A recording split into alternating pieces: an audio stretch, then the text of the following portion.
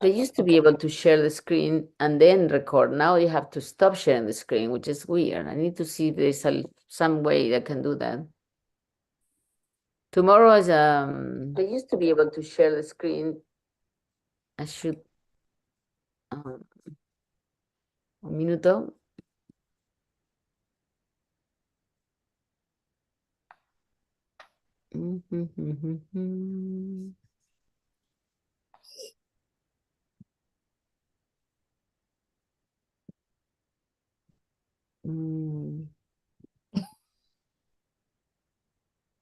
Okay, you can start now.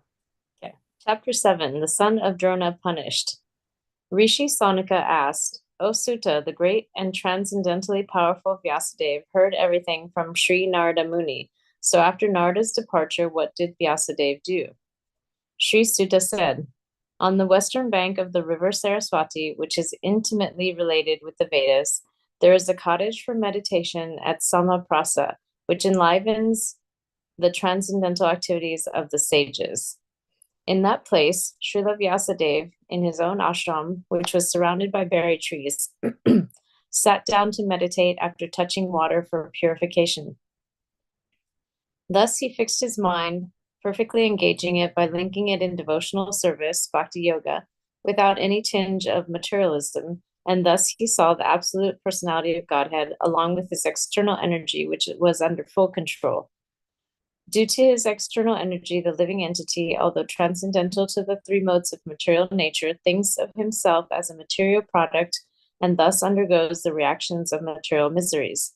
The material miseries of the living entity, which are superfluous to him, can be directly mitigated by the linking process of devotional service. But the mass of people do not know this, and therefore the learned Vyasadeva compiled this Vedic literature, which is in relation to the supreme truth.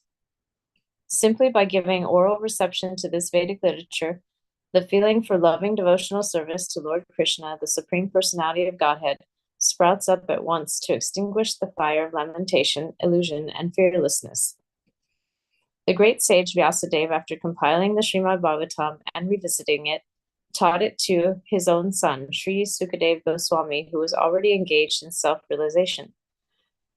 Sri Sonika asked Sutta Goswami, Sri Sukadeva Goswami was already on the path of self-realization, and thus he was pleased with his own self. So why did he take the trouble to undergo the study of such a vast literature?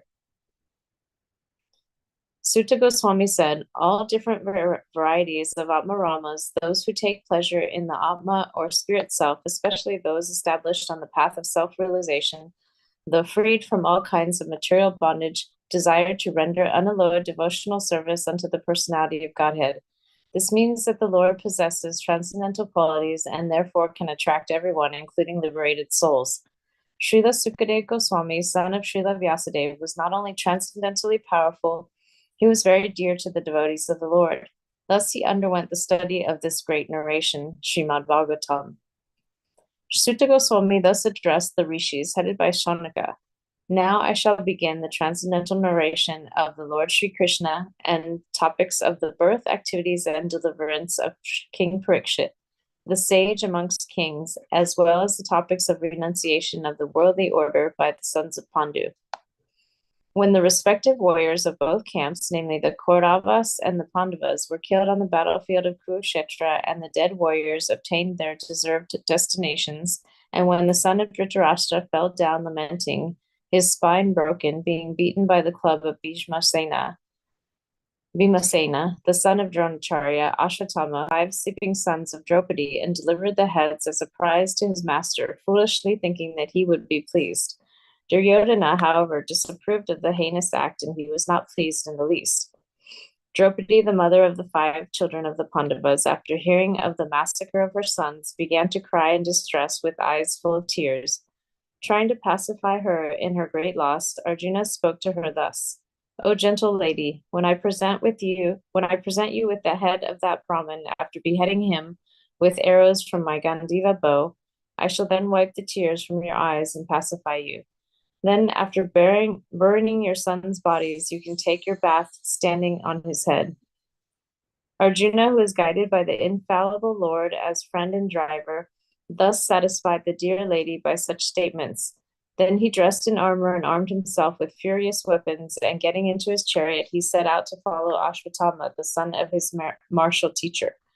Ashwatthama, the murderer of the princes, seeing from a great distance Arjuna coming at him with great speed, fled in his chariot, panic-stricken, just to save his life, as Brahma fled in fear from Shiva. When the son of Brahma, Ashwatthama, saw that the horses were tired, he considered that there was no alternative for protection outside of his using the ultimate weapon, the Brahmastra nuclear weapon. Since his life was in danger, he touched water and sanctity and concentrated upon the chanting of hymns for throwing nuclear weapons, although he did not know how to withdraw such weapons. Thereupon, a glaring light spread in all directions. It was so fierce that Arjuna thought his own life in danger, so he began to address Lord Sri Krishna. Arjuna said, "O my Lord Sri Krishna, you are the almighty personality of Godhead. There is no limit to your different energies. Therefore, only you are competent to instill fearlessness in the hearts of your devotees. Everyone in the flames of material miseries can find the path of liberation in you only. You are the original personality of Godhead who expands himself all over creations and is transcendental to material energy. You have cast away the effects of the material energy by dint of your spiritual potency. You are always situated in eternal bliss and transcendental knowledge. And yet, though you are beyond the purview of the material energy, you execute the four principles of liberation, characterized by religion, and so on, for the ultimate good of the conditioned souls. Thus you descend as an incarnation to remove the burden of the world and to benefit your friends, especially those who are your exclusive devotees and are constantly wrapped in meditation upon you. O Lord of Lords, how is it that this dangerous effulgence is spreading all around? Where does it come from? I do not understand it." The Supreme Personality of Godhead said, "Know from me that this is an act of the son of Drona. He has thrown the hymns of nuclear energy, Brahmastra, and he does not know how to retract the glare. He has helplessly done this, being afraid of imminent death. O Arjuna, only another Brahmastra can counteract this weapon. Since you are expert in the military science, subdue this weapon's glare with the power of your own weapon."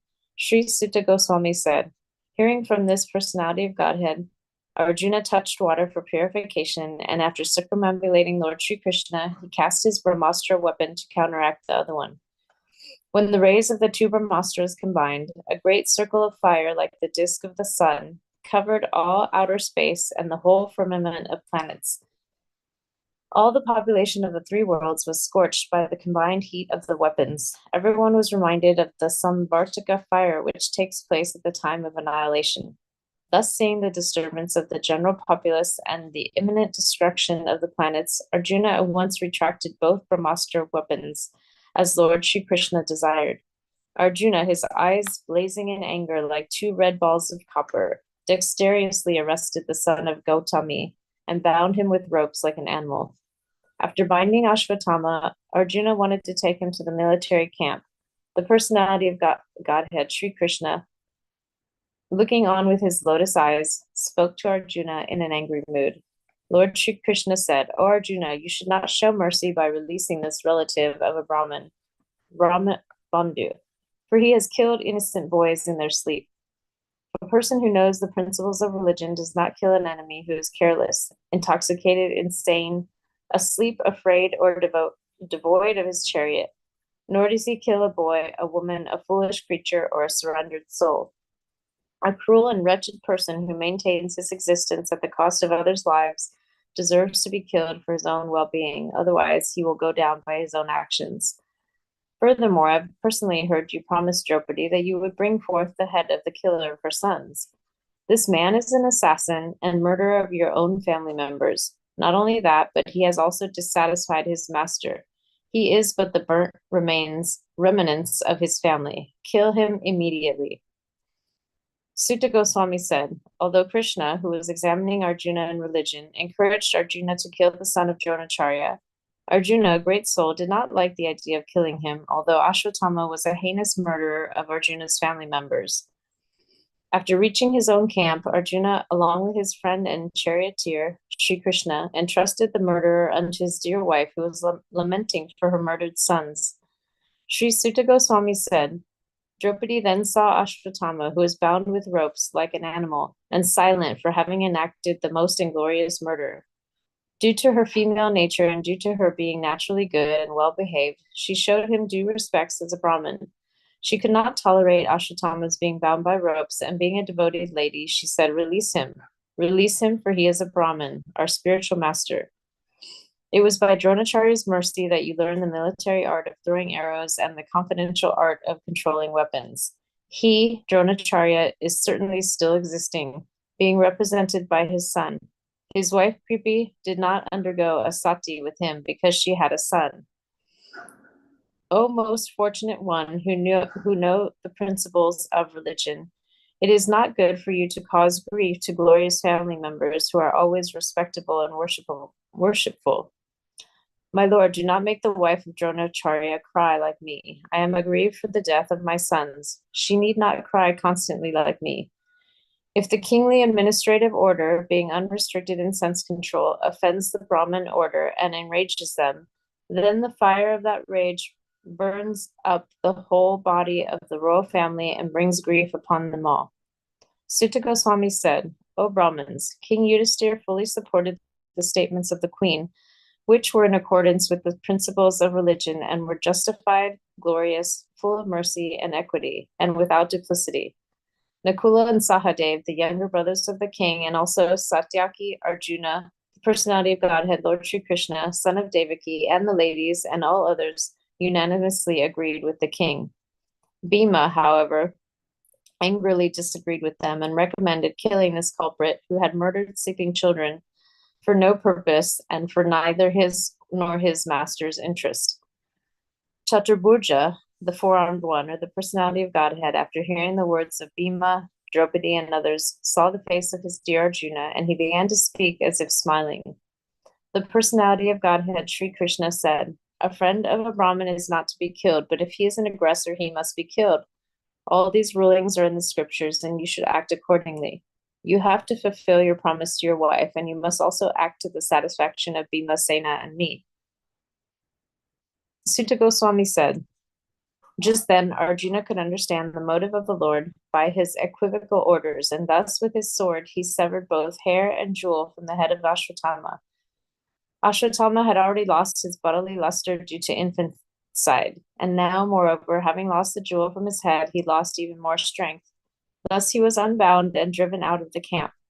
Cutting the hair from his head, depriving him of his wealth, and driving him from his residence are the prescribed punishments for the relative of a Brahmin. There is no injunction for killing the body.